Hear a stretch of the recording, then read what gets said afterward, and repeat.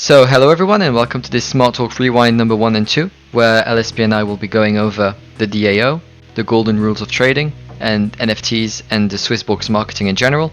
This is a little recap in case you missed the first one we did and you want to catch up, or just a little reminder. So first off, the DAO, what is it? The DAO is basically going to be a separate entity from Swissborg, which is going to deal with everything that's, let's say, quote, propaganda related. And they're going to be helping with trading tips, with blog posts, with smart talks, with a lot of things just to entertain the community and be there in general. The first step is going to be doing quests, like sharing on Twitter, on Facebook, and using your social media and influence to bring in the most people. But also, as I just said, you've got these missions that are a little more, let's say, complicated and lengthy, where you'll be able to be a moderator on the Discord or on Reddit or on Telegram, or just help out the community in a bigger way than quests would. Then you also have games, so once you've collected the points from doing quests, you can actually bet them to be able to win CHSB or Chili's at the moment. And you basically just bet at the price that the CHSB will be at the end of the month, and then if you're the closest, you'll receive a small or quite a large, depending on your wallet, contribution. So the winner on the first one had 400 CHSB for being the closest one, on the third one, yeah. And finally, you've got campaign masters, which are the people that deal with the missions that you've been doing, so the more important tasks, quote unquote. And these people can be sometimes from the Swissborg team. So for example, the one that is dealing with the blog is Jackie, which is the head of marketing. So you'll be in direct contact with her, which is really cool in my opinion. And then you'll be getting rewards, so money in CHSB, and also nice comments from your friends, and perhaps reputation if you do some tasks that are out in the open. As a little summary, the DAO then is going to be a paid for, but quite you're not really paid. You couldn't live off the DAO, but you're still quite well remunerated for what you're doing. A place where you're going to be helping the ecosystem grow and other people be entertained in general. Now we'll pass over to the golden rules of trading. Hi guys, so welcome back to the Rewind. So we're going to be going over the golden rules of trading. My name's LSP. So don't invest what you can't afford to lose. This is something that we've all heard many times, but to really understand this, I think it's important to remember, if you take just do a kind of general checklist or a breakdown of what you're earning, what you're making, and just make sure that whatever you're jumping into, is with money that isn't going to affect yourself, your family, or your well-being. Mortgage payments, things like this are obviously a no-go. It's important to make sure that you are as de-stressed as you possibly can be. Think before spending. Don't let emotions pressure you. This is where planning comes into it. You have to make sure that whatever investment plan or trading ideas that you have, they are based on sound logic and objective, and objectivity and not subjectivity, where you're just listening to others or jumping all over the place. You have to really think about the investments that you're going into, and keep your emotions in check so you're making the right decisions. Don't lose sleep over it. This is really important, and it ties into the other two. If you're not trading or investing, or if you are trading and investing with money that you can't afford to lose, or you're thinking, or you're spending money and you're letting your emotions get the best of you and everything else, you're naturally going to lose sleep over it. Okay, you want to be in a position where your investments are being taken care of. You're not trading with money. That's important. It's there as an investment. It's there as a saving, so to speak, and you can just sleep easy at night. Learn from your mistakes and don't regret moves that turned out bad. This is very important. Okay, if we don't learn from the mistakes that we make throughout, generally in life, but obviously because we're discussing, investing, then you're never going to learn, and you're going to continue to make the mistakes, but they will just be compounded, and they get worse and worse and worse over time, because the more you lose, the more frustrated you get, and the bigger the mistakes, the more detrimental it is to your bank balance, basically. Don't go all in at once. This is very important. When you're investing, it's very important to make sure that you're not just taking a massive lump of money and just saying, right, I'm throwing it all in that and I'm just going to sit back and make millions. Okay. the market ebbs and flows up and down, okay? And we have to be very careful to make sure that we're positioning ourselves correctly, nicely, slowly, calmly, yeah? A little bit, then a little bit more, then a little bit more, and then eventually that nest egg turns into something quite large. And don't get caught up in FOMO or panic selling. FOMO is the fear of missing out. There are obviously many, many opportunities in the marketplace. It's not just one.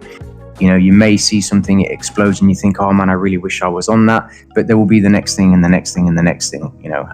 So there's plenty of opportunities, you know. And in terms of panic selling, don't get caught up. You know, if you see a little bit of red, you know, take a step back and just say, look, I've got a plan and I'm sticking to my plan. And as long as my plan makes sense, I don't need to, you know, to just sell out of fear. Let the market do its thing. Let it go up and down, let it go through its ebb and flow. And you'll find generally, if you take your time and you don't just sell just because you're panicking, things will generally turn out okay. So now I'm going to hand it back over to Ben, who's going to discuss non-fungible tokens. All right, and we'll go straight into what they are. So non-fungible tokens are going to be images. They can also be sounds, videos, or assets that you'll be owning on your cryptocurrency wallet. So they'll be linked to the blockchain, and there'll be assets that are visual or that you can hear. And what's interesting about them? Why do they have value? Because ultimately, you can make a non-fungible token. I can make the NFT. Anyone can make it. And everyone can make the same. If it's a painting, for example, we can all make copies of it. You have to imagine it like if it's a poster that gets printed 25 times and signed by the author. But only one will have the key, so only one person will be able to make it official.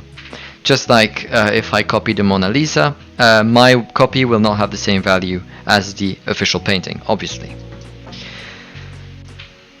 Swissborg has been doing a few giveaways with the NFTs, and we've seen that before. They've collaborated with a game called Lost Relics to have a playable cyborg. So we can see that they like NFTs a lot. Anthony's talked in a powwow about having an NFT ETF basket that you could invest in and hope that the general state of NFTs goes up to upper your investment. So hopefully that's something that might happen if you're interested in. We've seen a couple of giveaways, and we think that in the future they'll be doing some more. And now I'll pass it back to LSP for the Swissborg's marketing and how it works. So with Swissborg marketing, guys, the Swissborg generally is trying to focus its attention and its marketing specifically on, you know, people who are new to the crypto space, you know, people who are looking to invest. And they're trying to make it very easy for people. So we have, you know, smart, approachable, inclusive, open, respectful, and optimistic. These are all qualities that, you know, they are portraying and trying to get out there into the marketplace. You know, the look and the feel is clean, it's minimal, it's sleek, professional, and high quality. You know, I'm sure you've all used apps that are very complicated, you know, and quite tricky to use. And what Swissborg is you know, is trying to do with its marketing is to really focus on the idea of simplicity. You know, one button, two buttons, you know, nice sleek design in its app, you know, to really appeal to those people who, you know, both from a time perspective and obviously from an investment perspective, you know, don't have the time to invest and make it as easy as possible for them to be part of something that's growing, you know. And the marketing itself is clean, it's professional, very high quality. Yeah, it's very playful, engaging, and we're trying to push the momentum as much as we can to make sure that that's getting out, social media, all of these, you know, all of these places. Go on next. So these are the target market. You know, we have the blockchain believer and the crypto speculator are people who are more experienced, you know, and are probably already trading, you know, or investing in the crypto space, you know, and what Swissborg is trying to do with its marketing is focus on the traditional investor, the crypto newbie, and the crypto wannabe. Specifically the crypto newbie and the crypto wannabe, there are a lot of people obviously around the world that are very new to crypto, the crypto space, you know, and they don't or may not necessarily either have the time or even the experience or even the education to start to break everything down and to work through all of these things.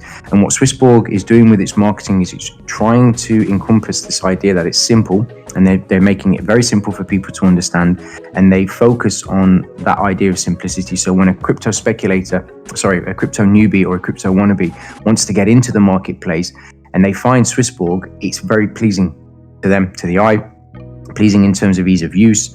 It's very simple to use, and it makes that experience so much better. Okay, and obviously traditional investors who are looking to to put their wealth into something that makes sense. These are people that Swissborg are obviously trying to market with the ideas that they have and the things that they do. Alright, and this is the end of the recap for the Smart Talk number 1 and 2, so we compacted them to have a little bit more material.